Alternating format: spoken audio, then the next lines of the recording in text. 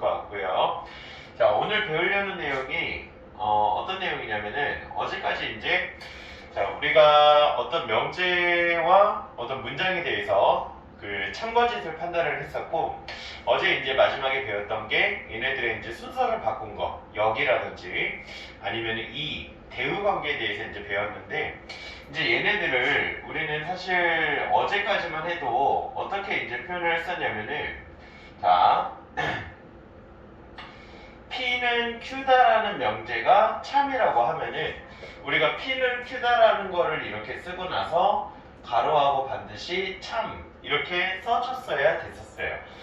자, 그런데 이제부터는 요거를 조금 어떻게 바꿀 거냐면은 우리가 새로운 용어를 하나 배울 건데, 자, 오늘 배울 용어는 충분 조건이란 거 하고요. 그리고 필요 조건, 그리고 이 두 개를 합한 필요 충분 조건 해서 이렇게 해서 우리가 세 가지 내용을 좀 다루도록 하겠습니다. 자, 어떻게 보면 어제 했었던 부분들을 조금 더 간략하게 나타낼 수 있는 방법이라고 보실 수 있는데요. 자, 이거를 이제 어떻게 받아들일 거냐면은, 자, 어제 선생님이 했었던 예시로 한번 보도록 하겠습니다. 자, 어제 했었던 수빈이는 사람이다 라는 명제가 있었어요. 수빈이는 사람이다.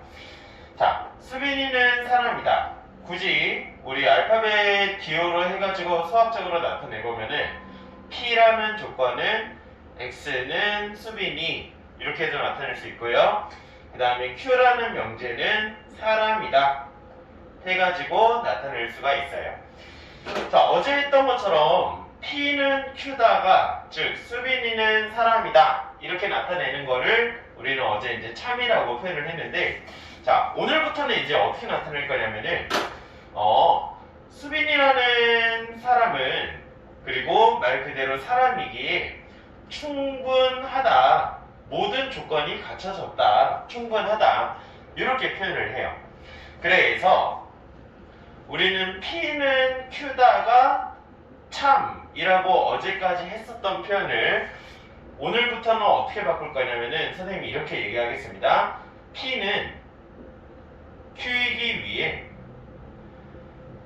충분하다 라고 표현을 하고, P는 Q이기 위한 충분 조건이다 라고 이렇게 표현을 하겠다는 거예요. 어렵지 않죠? P는 Q이기 위한 충분 조건이다. 거꾸로 왜 근데 사실 얘들아 이거를 충분 조건이라고 표현하냐면은 굳이 이렇게 따질 수 있는 거야.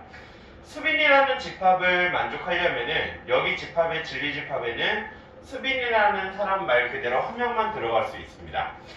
자, 그런데 오른쪽에 있는 사람이다 라는 집합을 만족시키는 진리 집합에는 수빈이도 있을 거고, 가영이도 있을 거고, 종현이도 있을 거고, 여러 사람들이 여기에 다 들어갈 수 있겠죠?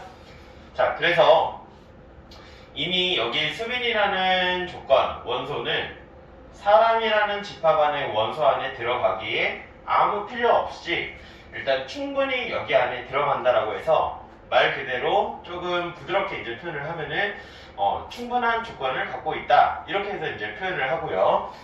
거꾸로는 그러면 만약에 모든 사람은 수빈이다 라고 표현을 할 수는 없어요. 왜 그러냐면은 각자의 사람들이 갖고 있는 특징들이 있을 텐데, 이만큼 벤 다이어그램으로 동그랗게 한번 표현을 해볼게.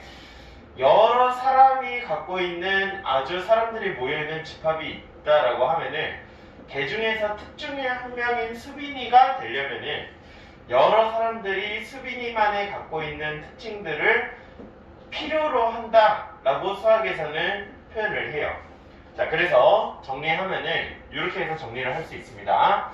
다시 P는 Q다가 참이라는 거를 우리는 앞으로 뭐라고 표현할 거냐면은 P는 Q이기 위한 충분 조건이다 라고 표현을 할 거고요. 그리고 어제까지는 화살표 하나에 반드시 오른쪽에 참 이렇게 써줬어야 되는데, 이제 우리는 충분 조건하고 필요 조건을 배우는 순간부터 P는 Q이다가 만약에 참이면은 화살표 두 개로 해서 이렇게 나타내면은 굳이 오른쪽에 참이라는 말을 써주지 않아도 참이 명제다, 충분 조건이다 이렇게 우리가 표현할 수 있어요. 자, 이것도 있겠죠. 그러면은 P는 Q이다가 있는데 이번에는 Q에서 P로 가는 게 이렇게 해서 충분 조건이 나있다라고 하면은 이게 만약에 참이라고 하면은 우리는 여기일 때는 어떻게 표현하냐면은 P는 Q이기 위한 필요 조건이다 라고 표현을 해요.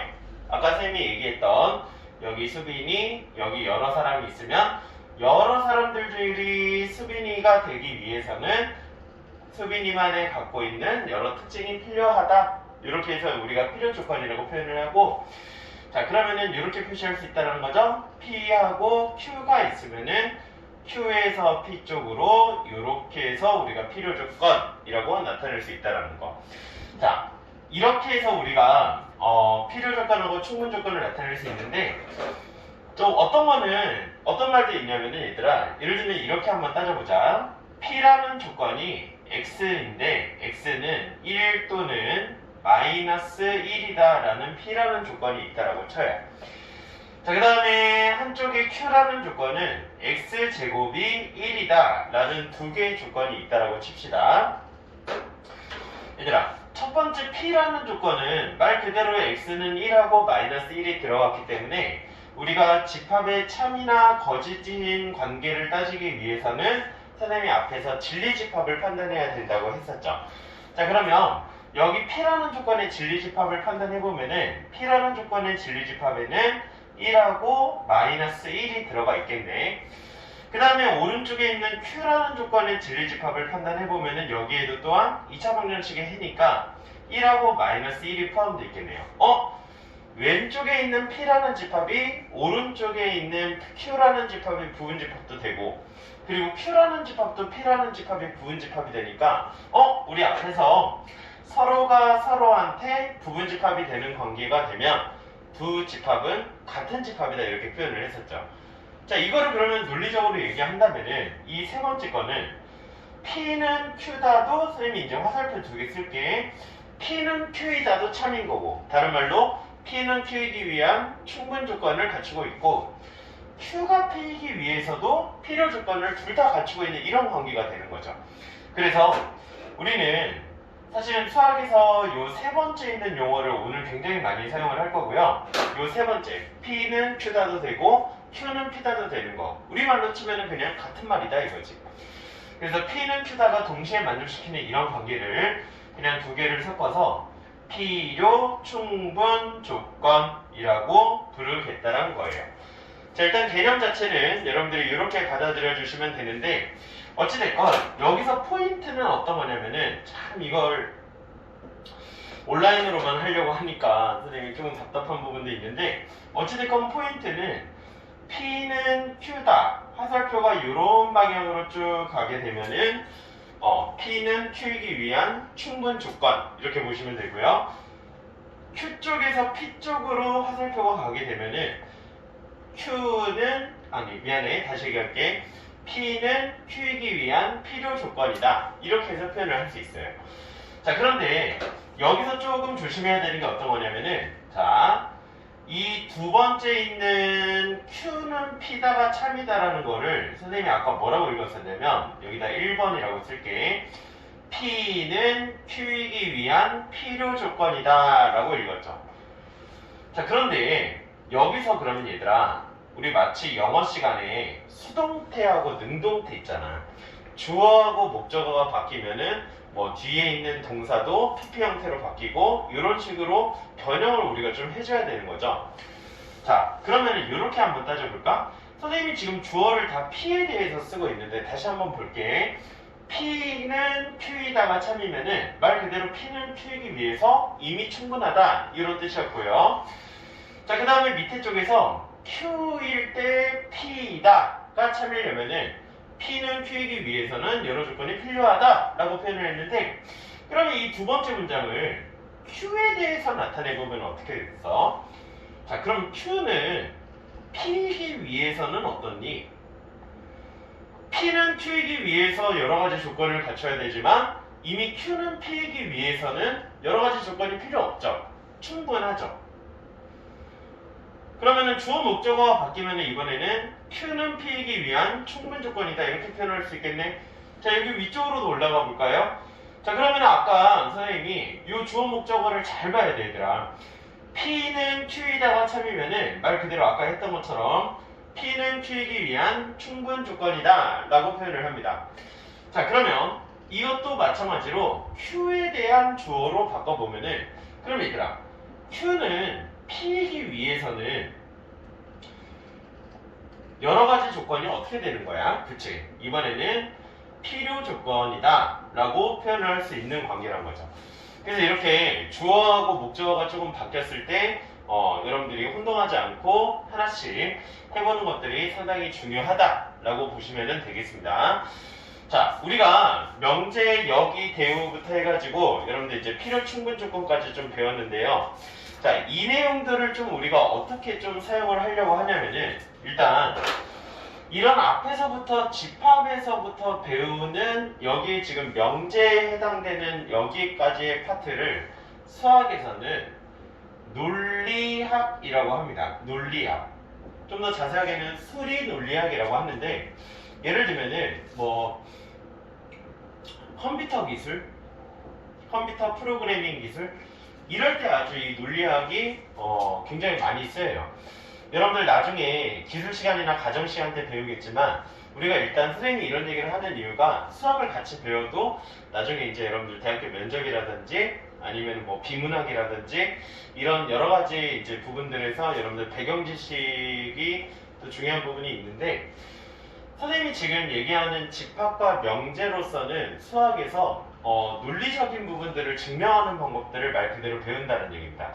A가 B면은 어떻게 되고 예를 들면은 컴퓨터에서 우리가 키보드에서 예를 들면은 R 버튼을 눌렀다라고 하면은 R 버튼을 눌렀는지 안 눌렀는지도 일단 인식을 해야 되고 그 눌렀는지가 또 CPU로 들어가고 램으로 들어가고 또 여러가지 전산 체계를 통해서 모니터 화면에 R이라는 글자가 뜨기까지가 계속 수많은 연산들을 하는 논리적인 부분이거든.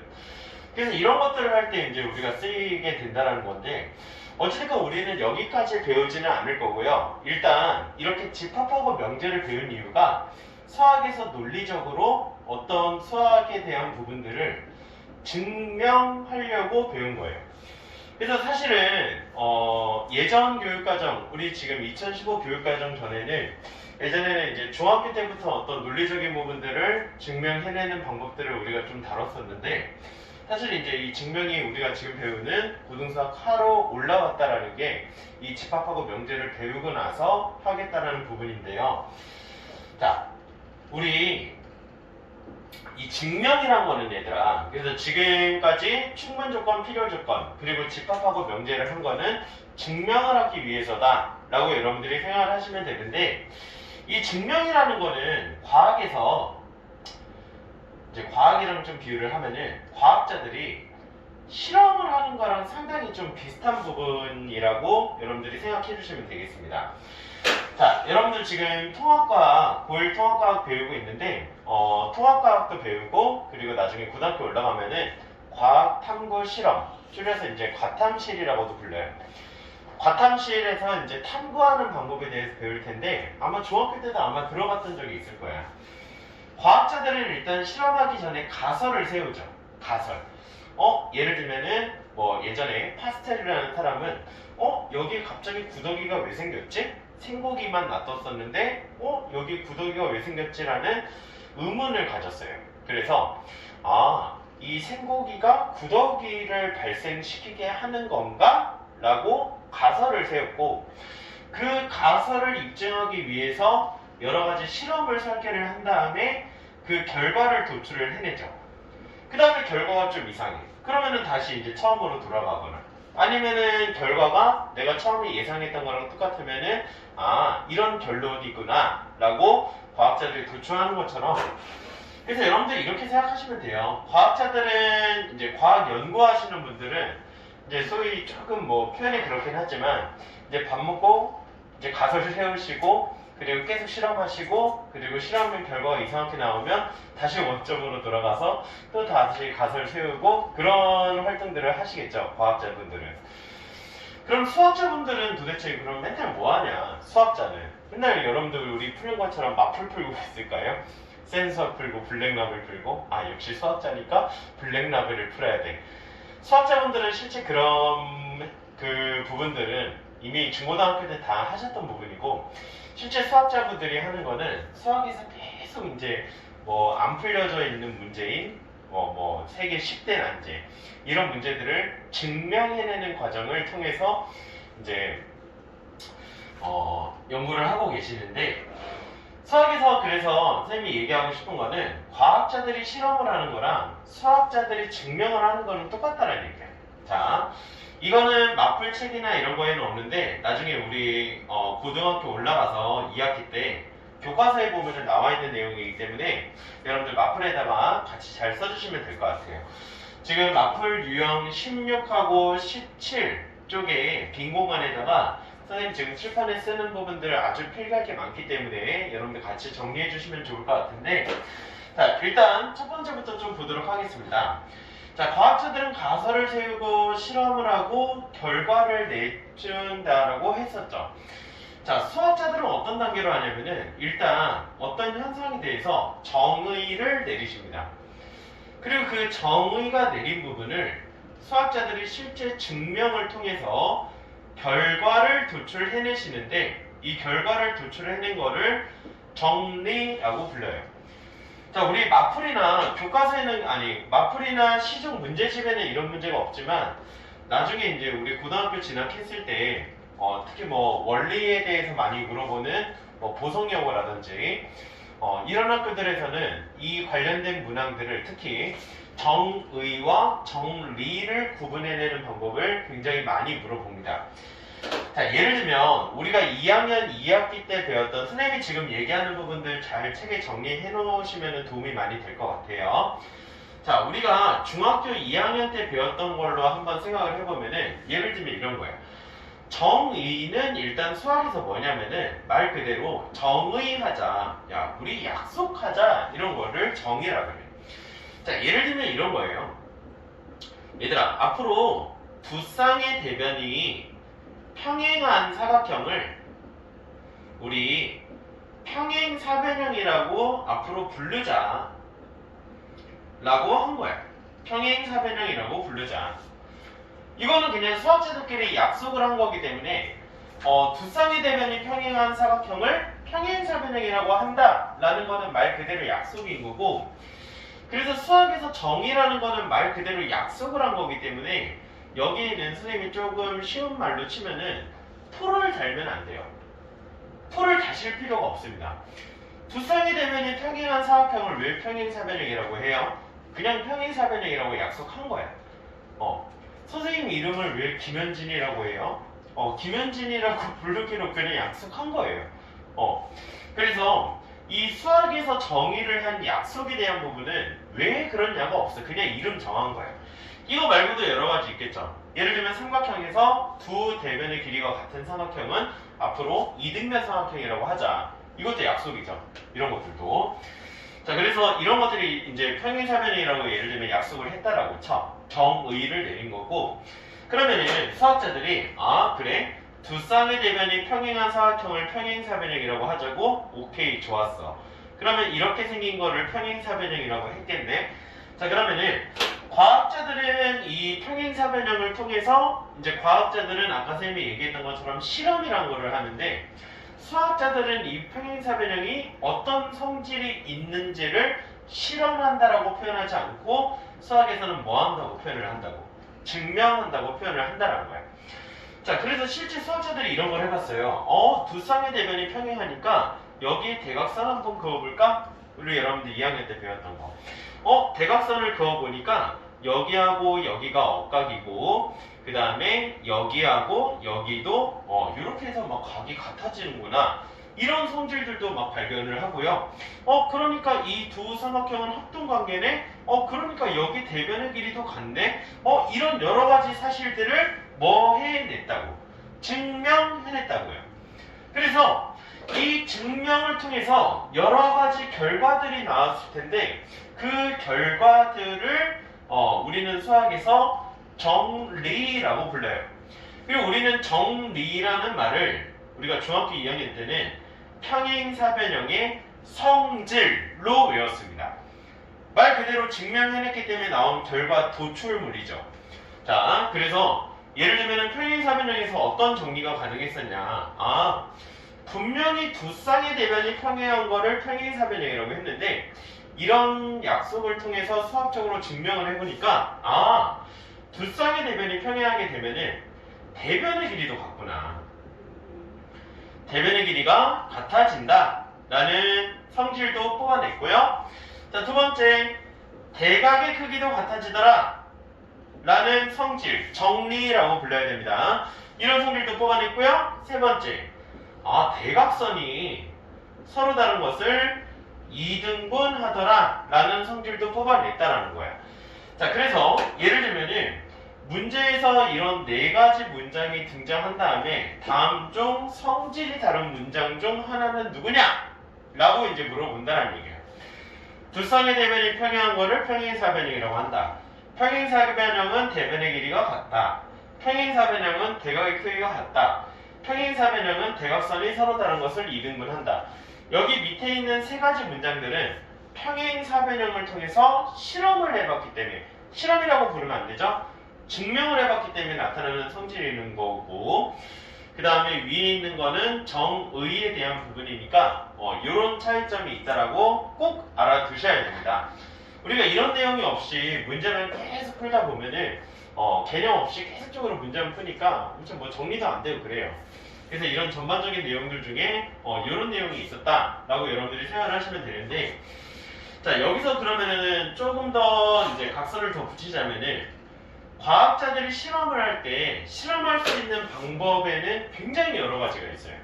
뭐 실험 방법으로 치면은 뭐 무슨 법, 무슨 분석법 해가지고 실험의 단계나 종류에는 굉장히 많은 것처럼 수학에서도 증명해낼 때 쓰는 기술들이 있는데 이 기술들이 너무나 많은 잔기술들이 있습니다. 얼마나 많겠어요. 이런 기술들 중에 증명해서 사용하는 기술들 중에 우리 고등수학 하에서 배우는 기술은 딱 두 가지만 아시면 됩니다. 두 가지. 첫 번째는 어떤 거냐면은 앞에서 배웠던 명제에 대우를 이용해서 증명해내는 방법. 자, 증명하다를 수학에서는 영어로 PROOF, 프루프라고 하기 때문에 앞으로 수학생들, 특히 이제 고등학교 올라갔을 때 수학생들이나 아니면 선생님도 PF라고 쓰면은 앞으로 증명한다 이런 이제 표시라고 여러분들이 생각해 주셨으면 좋겠고요. 자, 다시 돌아오면은 수학에서 증명하는 기술에는 굉장히 여러 가지가 있다. 근데 그 여러 가지 기술 중에 고등수학 하에서 배우는 건 첫 번째 명제의 대우 관계를 이용한 증명. 자, 그 다음에 두 번째는 귀류법이라는 방법을 통해서 우리가 증명을 해내려고 해요. 귀류법이라는 거는 이런 겁니다. 귀류법은 결론을 부정을 한다. 결론을 부정을 해서 그 모순이 되는 부분을 찾는다 이런 얘기예요. 선생님이 고등학교 1학년 선배들 수업할 때 선생님이 예를 들어서 뭐 명제가 아니긴 하지만 우스갯소리로 예를 들면 준섭쌤 죄송합니다. 준섭쌤은 잘생기셨다. 사실 이게 명제라고 볼 수도 있죠. 거짓인 명제인데 농담이고요. 어찌됐건 예를 들면 이런 명제가 있다라고 칩시다. 준섭쌤은 잘생기셨다.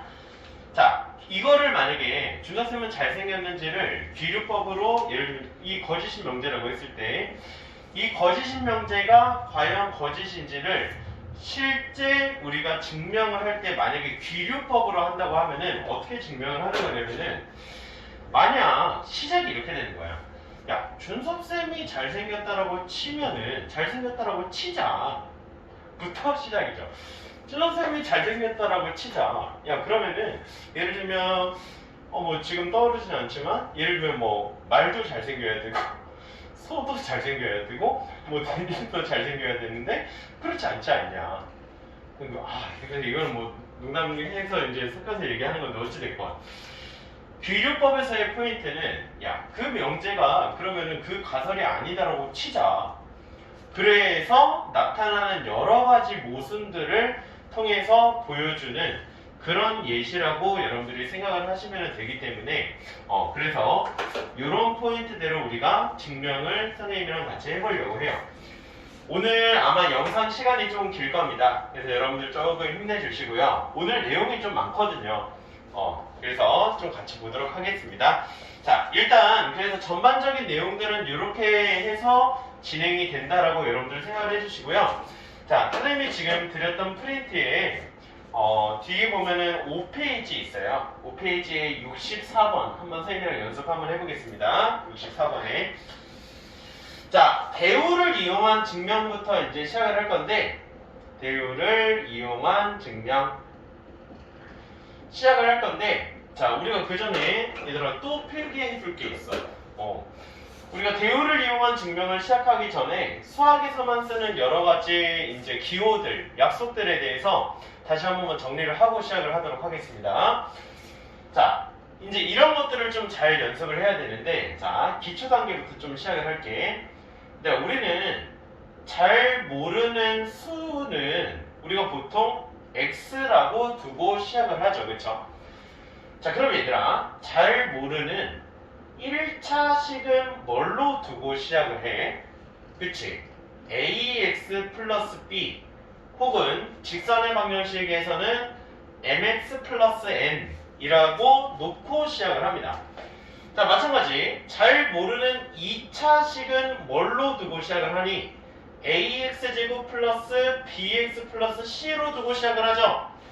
자, 잘 모르는 3차식까지만 하자. 잘 모르는 3차식이 나왔다. 고등수학상 앞에 있었던 나머지 정리 아니면 여러가지 방정식에서 이제 배웠었던 것처럼 잘 모르는 3차식 ax 세제곱 bx 제곱 cx 플러스 d 라고 놓고 시작을 한다는 거예요. 자, 그러면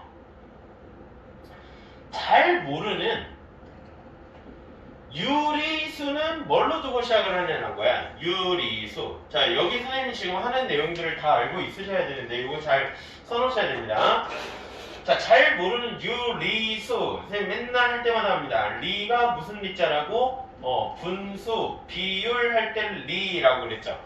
앞에 있는 유는 무슨 유자? 있을 유자라고 선생님이 말씀드렸습니다.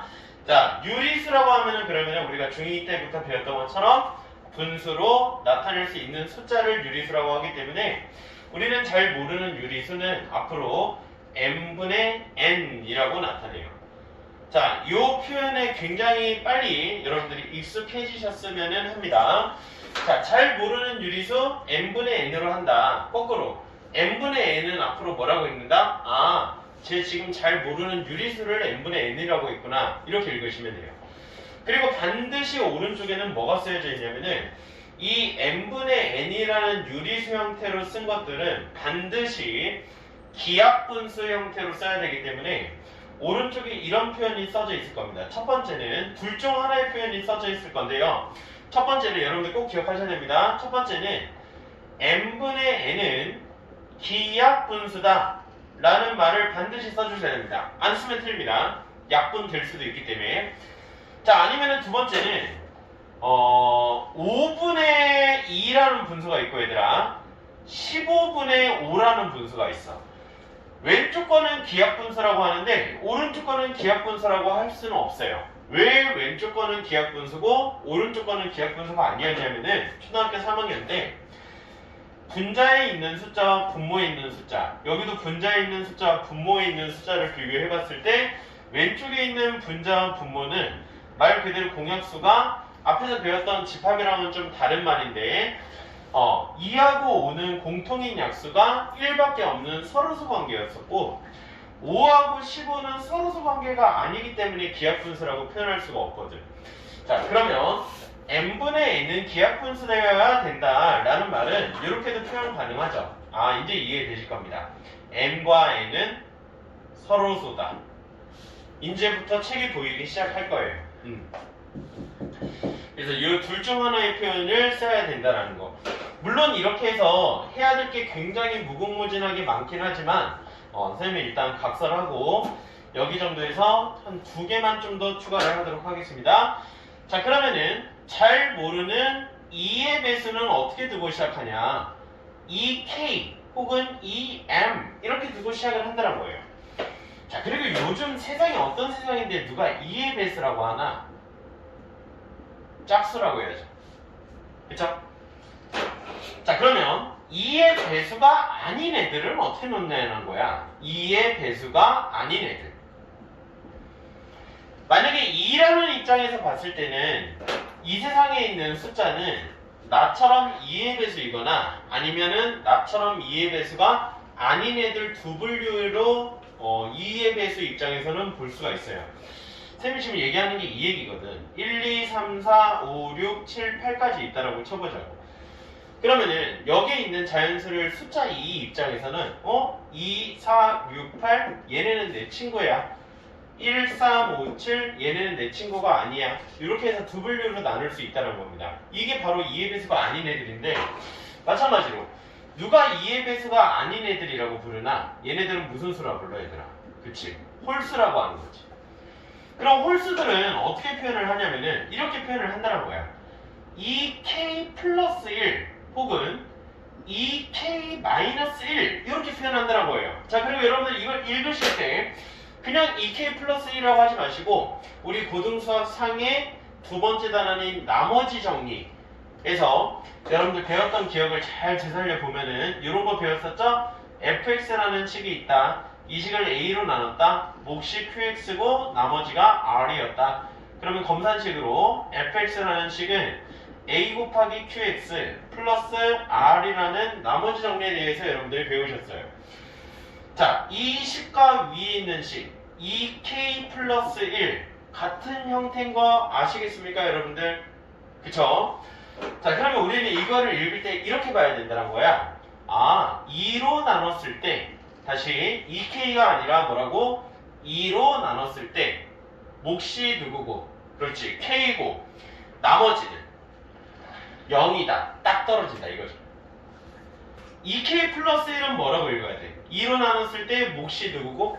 k고 나머지는 플러스 1이다. 아, 2로 나눴을 때 나머지가 남았구나. 2의 배수가 아니라는 얘기죠. 2k-1 마찬가지입니다. 2로 나눴을 때 몫이 k이고 나머지가 마이너스 1. 즉 해석하자면은 하나 부족했구나 라는 거죠. 하나 부족했구나. 그래서 2의 배수가 아닌 숫자들은 이렇게 둘 수 있다는 겁니다. 아, 그렇구나. 자, 그러면은 3의 배수 입장에서는 세상은 세 분류로 보겠죠. 2의 배수는 아까 어떻게 봤었냐면 아까 얘기했던 것처럼 2, 4, 6, 8처럼 나와 같은 짝수이거나 아니면 1, 3, 5, 7처럼 나와 같지 않은 수들 이렇게 해서 나눠서 봤다라고 하면은 3 입장에서는 이렇게 보는 거야. 3, 6, 9 이런 애들과 2, 5, 7 죄송합니다. 2, 5, 8, 11, 14 이런 애들과 1, 4, 7 이런 애들로 볼 수 있다는 거예요. 자, 다시 3 입장에서 한번 생각을 해볼까? 3 입장에서의 세상은 3, 6, 9, 12 땡땡땡이거나 2, 5, 8, 11 땡땡땡이거나 1, 4, 7, 10 땡땡땡이거나 셋 중 하나라고 해야 되나? 위에 있는 애들은 그러면 어떻게 볼 수 있겠어? 이런 애들을 3K 혹은 3M 이라고 표현을 합니다. 밑에 있는 애들은 3K로 나눴을 때 나머지가 1이 부족한 애들 아시겠어요? 아니면은 또는 둘 중 하나 편한 대로 하면 돼. 3으로 나눴을 때 나머지가 2가 남는 애들 이렇게 해서도 표현할 수 있다고. 자, 밑에도 마찬가지죠. 3으로 나눴을 때 나머지가 2가 부족한 애들이거나 또는 3으로 나눴을 때 나머지가 1이 남는 애들로 표현할 수 있다는 거예요. 자, 그래서 3의 배수인 애들은 3K, 2의 배수인 애들은 2K.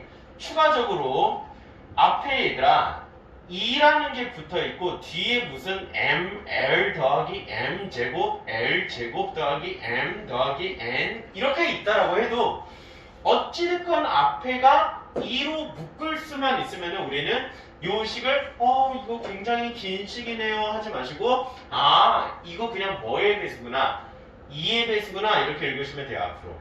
그리고 2의 배수 누가 요즘 2의 배수라고 읽나? 이거 무슨 수구나 짝수구나 라고 읽으시면 됩니다. 마찬가지로 여기 앞에 뒤에 문자는 상관없이 3이 묶여져 있다? 이거 3의 배수구나.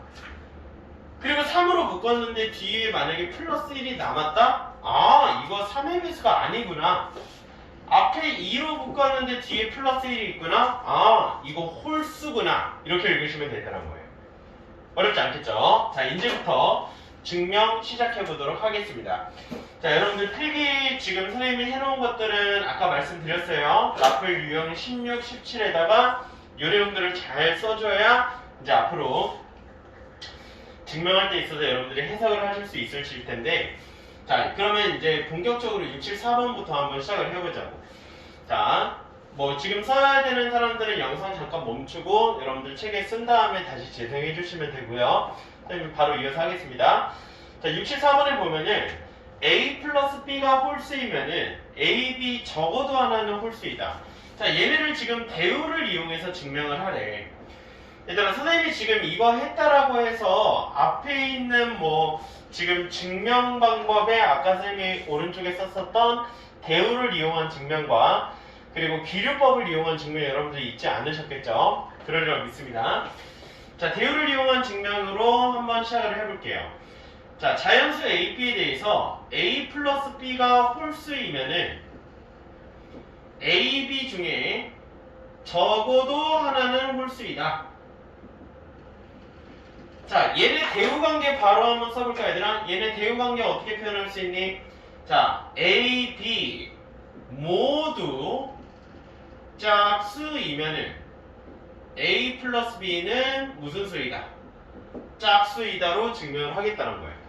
자, 어제 배운 것처럼 어떤 명제가 참이면은 그 명제와 대우관계도 참이고 어떤 명제가 거짓이면은 그 명제와 대우관계도 거짓이기 때문에 어차피 명제를 증명하는 게 힘들다라고 하면 저게 참인지 증명하는 게 힘들면은 대우관계를 통해서 참이라고 판단을 할 수 있다라고 하면 원래 명제가 참인 것도 판단할 수 있겠다라는 거죠.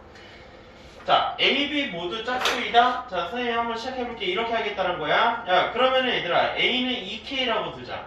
이해 되시겠습니까 이거? A는 2K라고 두자. 이거 2K라고 읽지 마세요. 무슨 수? 짝수라고 읽으셔야 된다는 거죠. 자, B는 그러면은 2M이라고 두자고. 됐습니까? 자, 그러면 A 플러스 B는 2K 플러스 2M이기 때문에 2로 묶어내면은 K 플러스 M으로 묶어낼 수 있습니다. 자, 요 식을 보면서 이걸 문자로만 받아들이는 사람들은 해석을 못하는 거고요. 아까 선생님이 왼쪽에 썼었던 요 내용을 판단으로 해서 요거를 보시면 이제 되신다는 거죠. 어찌됐건 A 플러스 B는 이렇게 해가지고 문자로 가득하긴 하지만 어찌됐건 K 플러스 M 앞에 뭘로 묶어냈기 때문에, 그치? 2로 묶어냈기 때문에 이거를 무슨 수라고 읽어야 된다고? 짝수란 얘기죠. A, B가 모두 짝수일 때 더해서 짝수이다. 명제 맞습니까? 그쵸? 이거 참인 거죠? 그러니까 위에 있던 명제도 참이었다 이런 얘기야. 이게 증명이야 얘들아. 알겠니? 자, 몇 개 더 한번 해볼게. 자, 65번도 한번 볼까요? 65번에 n제곱이 짝수이면은 n제곱이 짝수면 n도 짝수이다. 요거는 여러분들 정말 꼭 기억하셔야 되는 항상 참인 명제입니다. n제곱이 짝수면 n도 항상 짝수예요. 꼭 기억하시고요. 근데 이게 왜 그런지를 증명을 해야 돼. 그럼 대우 이용해서 한번 증명을 해볼게. 자, 대우 관계 불러보자. n이 짝수가 아니면 홀수라고 치면 n제곱을 한 것도 홀수인가만 보이면 된다는 거예요. 자, 그러면 n이 홀수라고 쳐야 되니까 PF 증명 시작해보도록 하겠습니다. 자, n은 2k 플러스 1로 한번 해볼게요. 선생님 2k 플러스 1이 어디서 나왔어요? 뭘 어디서 나오긴 어디서 나와? 홀수가 있으니까 2k 플러스 1이라고 한 거지. 자, 그럼 n제곱 한번 해볼까요? 그럼 n제곱은 2k 플러스 1을 전체 제곱한 거기 때문에 곱셈 공식입니다. 4k제곱 플러스 4k 플러스 1로 정리가 돼요. 그러면 정리를 더해보니까 n제곱은 2 가로 2k제곱 플러스 2k에다가 플러스 1로 나눠지게 되죠. 선생님, 여기 뒤에 앞에 4로 묶을 수 있는데 왜 2로 묶으셨어요? 나 지금 짝수인지 아닌지 판단해야 되잖아.